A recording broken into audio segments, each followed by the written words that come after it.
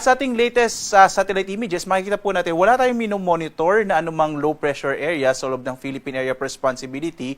Bagamat makikita po ninyo dulot ng easterlies o yung hangin nagbumula sa Karagatang Pasipiko, medyo maulap yung kalangitan, mga kaulapan po ito, partikular na sa ilang bahagi ng Bicol Region. Gayon din sa may area na sa silangang bahagi ng Southern Luzon, yung Quezon Province, maging Bulacan, Rizal, at posible po sa Kamaynilaan, medyo maulap yung kalangitan na may mga tsansa pa rin ng mga pag-ulan. Iba pang bahagi nating bansa, makita nyo halos dito sa may Northern Luzon at ilang bahagi ng Mindanao ay fair weather po na may mga isolated rain showers and thunderstorms. Bagamat sa ngayon po wala pa tayong low pressure area na minomonitor, makikita po natin may cloud clusters dito sa may labas ng Philippine Area of Responsibility. Monitor po natin yan kung posibleng maging isang low pressure area sa mga susunod na araw. At sa ngayon po, wala pa tayong minomonitor na LPA or bagyo sa loob at labas ng Philippine Area of Responsibility. Ngayong araw nga, inaasahan natin may mga tsansa ng mga pag-ulan at maulap na kalangitan sa bahagi ng Bicol Region. Gayon din sa may Quezon Province, sa mga silangang bahagi po ng Central Luzon, itong Bulacan, kasama yung Rizal, at gayon din sa ilang bahagi nga po ng Metro Manila, posibleng medyo maulap yung kalangitan sa araw na ito. Ang nalalabing bahagi natin bansa, mga isolated rain showers and thunderstorms naman ang mararanasan, lalo na bandang tanghali, hapon hanggang sa gabi. Ito yung mga pag-ulan ng mga 1 hanggang 2 oras lamang. Agwat ang temperatura sa Lawag, 24 to 33 degrees Celsius. Sa Baguio, 18 to 22 degrees Celsius. Sa Tuguegarao, 25 to 34 degrees Celsius. Sa Metro Manila naman, 25 to 30 degrees Celsius.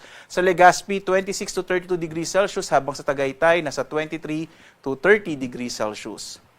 Sa Palawan, Visayas at Mindanao, makikita po natin mga isolated rain showers and thunderstorms na mararanasan sa Palawan. Sa Kalayaan Islands, nasa 25 to 31 degrees Celsius ay inaasahang lagay ng agwat ang temperatura. Sa Puerto Princesa, 25 to 32 degrees Celsius. Localized thunderstorms din ang inaasahan sa malaking bahagi ng Kabisayaan. Agwat ang temperatura sa Iloilo, 26 to 32 degrees Celsius. Sa Cebu naman, 25 to 31 degrees Celsius, habang sa Tacloban, nasa 25 to 32 degrees Celsius. Ang malaking bahagi din po ng Mindanao makararanas ng bahagyang maulap hanggang sa maulap na kalangitan na may mga pulupulong pag-ulan, pagkid at pagkulog sa hapon hanggang sa gabi. Agwat ang temperatura dito sa Zamboanga, nasa 24 to 32 degrees Celsius. Sa Cagayan de Oro, 24 to 31 degrees Celsius. Habang sa Davao, 24 to 33 degrees Celsius.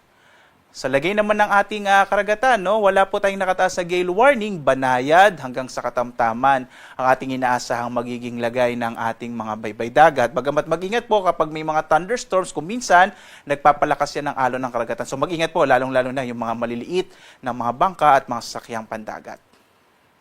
Narito naman yung ating inaasahang magiging lagay ng panahon hanggang sa weekend. So sa ngayon po, asahan pa rin natin bukas, fair weather ang mararanasan sa malaking bahagi ng ating bansa. Posibleng mawala na po itong mga kaulapan na by tomorrow.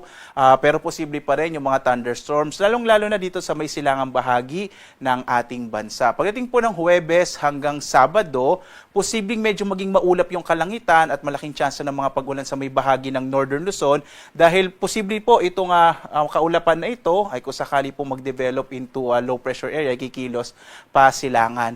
Meron po tayong isang weather product dito, or meron po tayong isang information dito sa Pag-asa. Pag pumunta po kayo sa pagasa.gov.ph, ito po yung tinatawag natin na tropical cyclone threat potential. Ito po yung potential na may mabuong bagyo sa sunod na 2 linggo. So makikita po ninyo, pag pumunta po kayo dito sa ating website, pagasa.gov.ph, Tropical Cyclone TC Threat Potential, makikita nyo for September 29 hanggang October 5, posible nga po na may mabuong bagyo sa susunod hanggang bandang October 5 at posible po Central Luzon or Northern Luzon yung maging tahakin ito. So makikita po natin sa mga susunod na araw kung ito bang cloud clusters sa may silangang bahagi ng Philippine Area of Responsibility yung posibleng ma-develop into a low pressure area or maging bagyo din po. So again, kung nais nyo pong malaman kung may potential na bagyo in the next 2 weeks, punta lamang po kayo dito sa ating Tropical Cyclone Threat Potential na makikita sa pagasa.gov.ph. Samantala, ang araw naman natin ay sisikat mamayang 5:46 na umaga at lulubog, ganap na 5:46 ng gabi. At sundan pa rin tayo sa ating iba't ibang mga social media platforms sa X, sa Facebook, sa YouTube at sa ating 2 websites po, yung pagasa.doc.gov.ph at panahon.gov.ph.